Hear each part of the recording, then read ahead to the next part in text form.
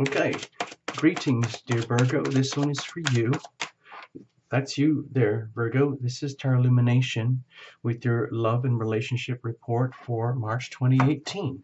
Now, you might have figured it out already because we've kind of shown it on some of the other videos here and there, that there is a massive Pisces stellium piling up for you, Virgo, in your 7th house.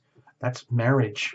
That's open enemies. That's direct one-on-one, face-to-face, 180-degree polarity, the ultimate in polarity, where you can get the maximum benefits, but where the most is at risk as well. You know, like when people get married, for some folks, it's the best decision and the most important decision they've ever made in their lives.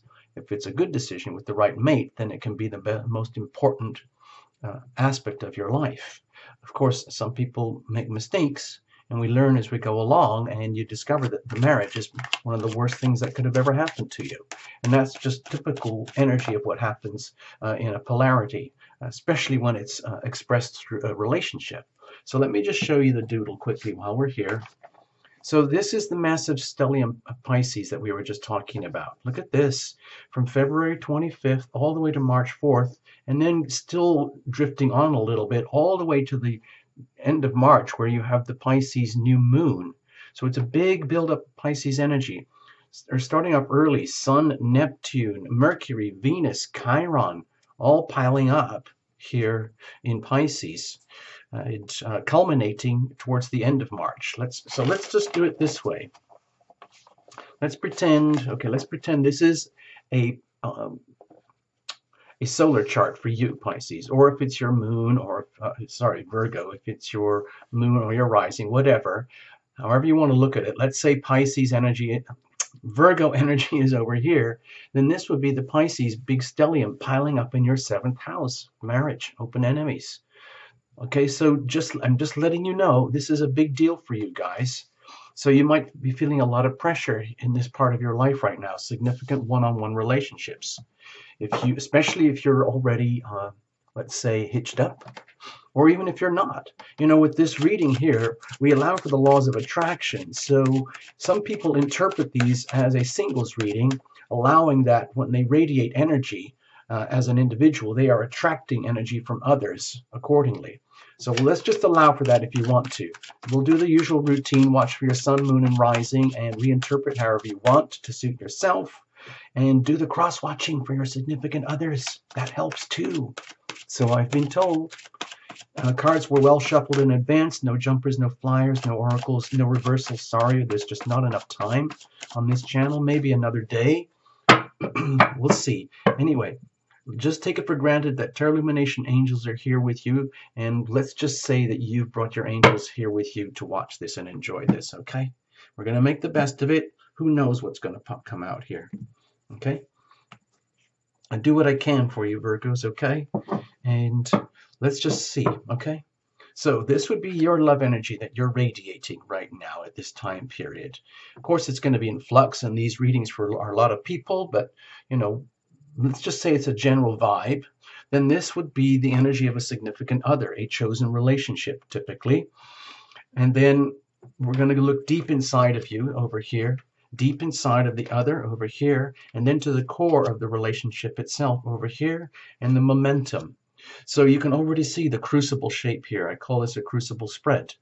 And it allows you and another to, let's say, cohabit and function and exist in a structure that is typically, in a good relationship, it is designed to withstand the intense pressures that occur in relationship as we go through the process of intimacy and separation, intimacy and separation on a daily basis, sometimes, you know, periods of weeks and months at a time. Big waves, or like this, or like completely gone, and then whoosh, we're back again, reunited, yay! However it works. Let's see what happens. We're going to look at circumstantial energy right here, just a second. This permeates the whole thing, and you, Virgo, like everyone else on these readings, you're going to make the best of it. And you've got the Two of Pentacles here. So I feel that this is a very practical kind of energy surrounding you right now, where you're in a kind of a very crystal clear state realization that this is a very delicate time period for you. And there's a lot at stake here in terms of stability and how that affects you in your heart, in your soul, and how that is expressed openly in the physical surroundings of your life. In other words, your day-to-day habits, your day-to-day practices. What exactly are you doing? So the circumstantial energy is almost like saying, wake up, Virgo. It's time to pay very, very, very close attention right now to the energies that are surrounding you and learn from all of this. Learn how to attain equilibrium in this state of extreme polarity, like as the energy takes you from one side to the other, like being on an ocean wave. How do you maintain your balance? Well, think of it as a gimbal. You know how they have gimbals on ships and stuff? So that, like in a really advanced relationship, the relationship can undergo tremendous upheavals and waves and fluctuations, and yet there's a stable core. And that happens when people allow for the flexibility in relationships, the giving and taking. Like on sailboats, little smaller sailboats where they have, the kitchen table and the stove. It's all set on a gimbal so that no matter what's going on underneath, the boat is tipping here and tipping there. The little table stays even, at least up to a certain point, before everything falls off. But at least you get a chance to sit down and your cup of tea or whatever it is you're drinking on your ocean journey, it stays stable. Let's have a look. What's going on with you? Okay. To me, it partly feels like you're trying to avoid having to deal with this at all. It makes me feel here with the Seven of Swords that part of you is, let's say, almost deliberately trying to see if you can get through this period without having to experience any pain or suffering in any way, shape, or form that might be endured by having to go through this balancing act, trying to figure out what's happening in your surroundings. So Virgo, it might feel like you're under a lot of pressure, so much pressure that it's almost tempting to behave in ways that are, like some people would judge as dishonorable, or like, that's not you, Virgo, or like, what are you trying to do? Why are you being, it's almost like, okay, let's neutralize this. I don't want to be judgmental. It's an indication that you have to be extremely careful right now through this time period here. Very, very, very delicate balancing act because there's a lot at stake, okay? Because of the simple polarity here. There's a tremendous amount at stake when we're dealing with the seventh house, okay? Because it's where maximum polarity between you and significant others, which can often represent the balance of our whole life. So my suggestion here, my feeling here is that this would be you, Virgo, understanding that you are in a very delicate situation and it needs very, very delicate handling so that you don't slip up and hurt yourself and you don't let others slip up and hurt you. Because there's potential for both of that. Both of those, the shadow aspects that happen in polarity, when people are maximized and taken to the extremes of themselves, to the 180 degree, like in a trine type relationship, you would be relating like this. In a square relationship, you would be relating like this, and it's awkward and it's uncomfortable. In a sextile, it's very comfortable like this. It's like being good buddies, but in a polarity, it's full on like this. And the benefits are amazing because you get to enjoy the full 180-degree polarity of the mirroring that happens in relationships, which is one of the most valuable, most important components of any significant love relationship. The question is, can you handle it under so much pressure? Because the pressure can mount up so much that when you get full clarity and full exposition, it's like we realize, I can't stand to see what I'm seeing in the mirror. Poof! Or I can't stand what I'm seeing in the mirror from you. Poof! And that's when it gets awkward. That's why the seventh house is not just the house of marriage and true love and romance brought into a formal condition, but it's also the house of open enemies. Like when it goes wrong, it's like the worst thing that can happen. So it's just be very, very careful. It's almost like you're on black ice here. Okay, so be very, very careful. It's almost like feels like it might be almost impossible to navigate through this right now. But Let's have a look what's going on here. They themselves over here, this significant other, they may or may not be aware of your condition here. That's what I'm feeling, okay? Because it's so delicate. The balancing point, the tipping points here are so delicate, and there's so much at stake that they might be sensing it openly around them. And in some ways, in their own way, it's almost like they're falling apart. And things are drastically changing inside of them anyway. It's in some ways like it's almost nothing to do with you at all, but in some ways it's everything to do with this, okay? Because this is still you being the individual you. This is still them being the individuated self over here. And yet we're reading this in the context of a love relationship. And so we're talking about two individuals who are, fully individuated, hopefully being themselves. And at some point, there was a cementing of the bond here, so that two become one, and so on.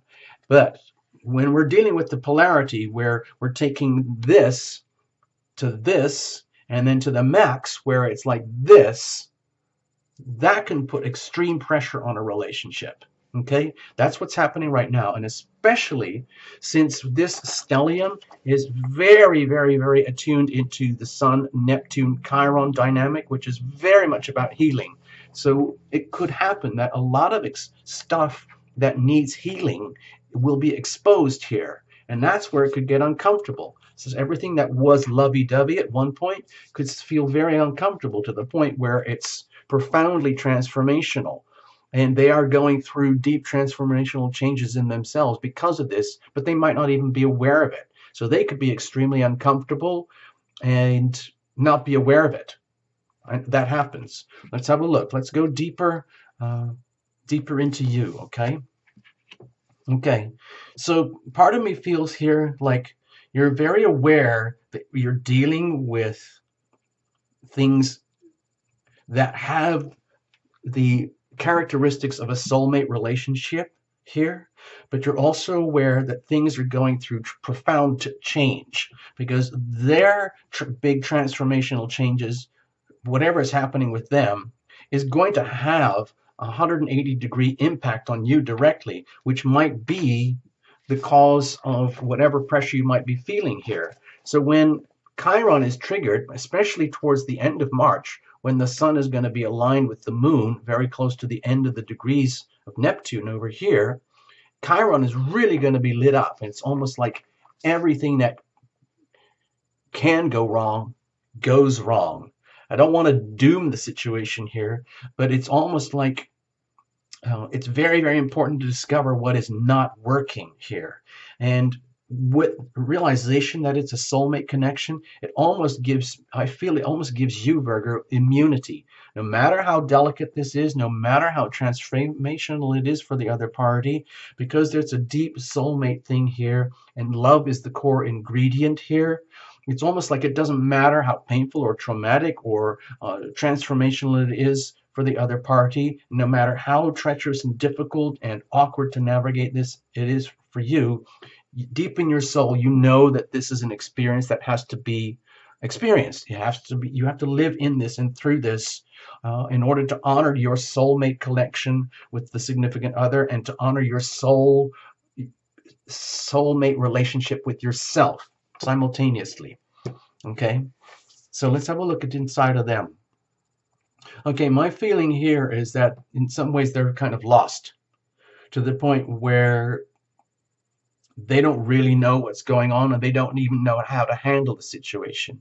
The polarity thing that's going on between you, Virgo, and a significant other might have got to the point where whatever it was at this point, like this, is under extreme duress right now, where it's kind of got like this and got like this and got to the point where, oh my gosh, whoa, I have to be extremely careful. I have no idea what's going on, but it's really weird and painful, and I don't even understand it. I'm totally lost here to the point where I feel like getting drunk and stoned, frankly, in order to handle it, and smoking and drinking and doing all those self-medicating things that help me avoid having to deal with this. You know, people do that in relationships. They find ways to conduct and manage themselves through very elaborate self-medicating programs that become, you know, part of the day-to-day of the relationship. It could also indicate here with the Seven of Cups that you, Virgo, are relating to someone who is kind of lost in the vapors, so to speak, and really doesn't know what to do with the love component here. You see with the cups and see with the cups, there is so much love here, but there's something really out of balance, really out of whack, and it's coming to the surface some way, somehow. Let's have a look at the core itself. Okay. So if you want to look at it, have a look. If you look very, very closely, can you see these two tiny little creatures up here?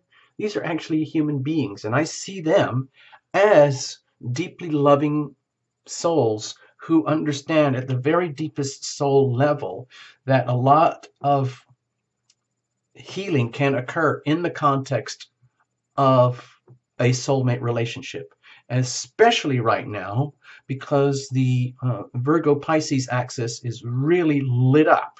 And you're also going to have, as far as I can recall, a Virgo Pisces full moon right at the beginning of March. So the whole axis, the Virgo, whoever, Virgo Pisces, whoever this is, this energy itself is really going to be lit up and amplified very, very strongly. The best of the best that you've got, in other words, all the love that's here, all the love that's here, but also the worst that's happening. And it's all being exposed. And it's at the point where it almost feels to me like both parties really need a break in some sort of way where they officially declare that we're kind of messed up and we need to heal. And the relationship structure itself, the crucible itself, is in jeopardy and it needs healing. And so it might be the best thing to do to, let's say, declare a truce, declare a peace, declare a timeout in the relationship context where both parties are allowed to literally just, it's almost like dissolve contracts, allow things to dissolve and fall apart that are going to fall apart, and allow the new horizons to unfold, whatever they might be. Simply because, to be honest, we're still in the big riptide wave current of the massive Aquarius new moon eclipse that just happened in February, okay? So this is another wave. This is like a much bigger wave that's already just started. It's already in motion. It's very transformational. And for you, Virgo, sorry, I'm getting you all dizzy and confused here. If you put Virgo here on the horizon, okay, and there's Pisces over on the 7th house, this new moon eclipse happened over here in your 6th house, Virgo, to do with health. And you might be realizing all the healthy, unstable things that are happening inside the relationship, whatever it is, from cheating and betrayals to delusions, optical illusions about what's actually happening in the relationship, to substance abuse, whatever it might be, and that it's inevitably triggering massive upheaval and change that needs healing. So the relationship dynamic itself, the crucible itself needs healing. Not just you, not just the significant other, but the crucible itself, because it feels to me like it's really out of whack here. Let's have a look. For sure. And this leads to a question of decision making. This is the indication of a very profound relationship is at stake here. And there's a lot in jeopardy here. There's a lot that's transforming, and it might be nothing to do with you, Virgo. It's just that they are changing fundamentally from the inside out as a soul, and that is affecting you, and it's affecting how you have to behave in the context of the relationship very, very delicately, very, very carefully, because you're aware of the deep soulmate connection. They may be less aware of it, and they can't handle it, and the pressures for them might be even more intense for them than they are for you. So all of this that is so wonderful when it's working can be in deep jeopardy when it's not working, where this becomes so, let's say, corrupted and damaged and broken for one reason or another, that the whole question of the relationship, the relationship becomes in question itself. Like, what are we actually going to do here? How, treat this as a sacred entity. The relationship is sacred, okay? Uh, but what does it actually mean? How's it going to pan out? What's it going to turn into? What are we going to do with ourselves? You, Virgo, what are you going to do? What profoundly loving decisions are you going to do in the context of this deeply changing situation? What are they going to do in the context of this situation? There is a lot at stake here. And my feeling here is that it's almost like both parties need to take, at some point or other, a really like a face to face and say, you know what, we're kind of in deep doo doo here. We need to make decisions about what to do. How are we going to fix this? How are we going to feel it? How are we going to heal this? What are we going to do with our crucible? What are we going to do with our relationship? Okay?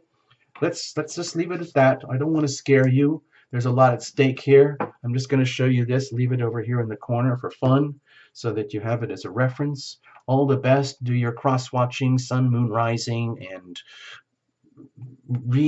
reinterpret to suit yourself, okay? All the best, Virgo. I hope I didn't hurt your feelings or scare you away or anything, okay? Bye-bye for now.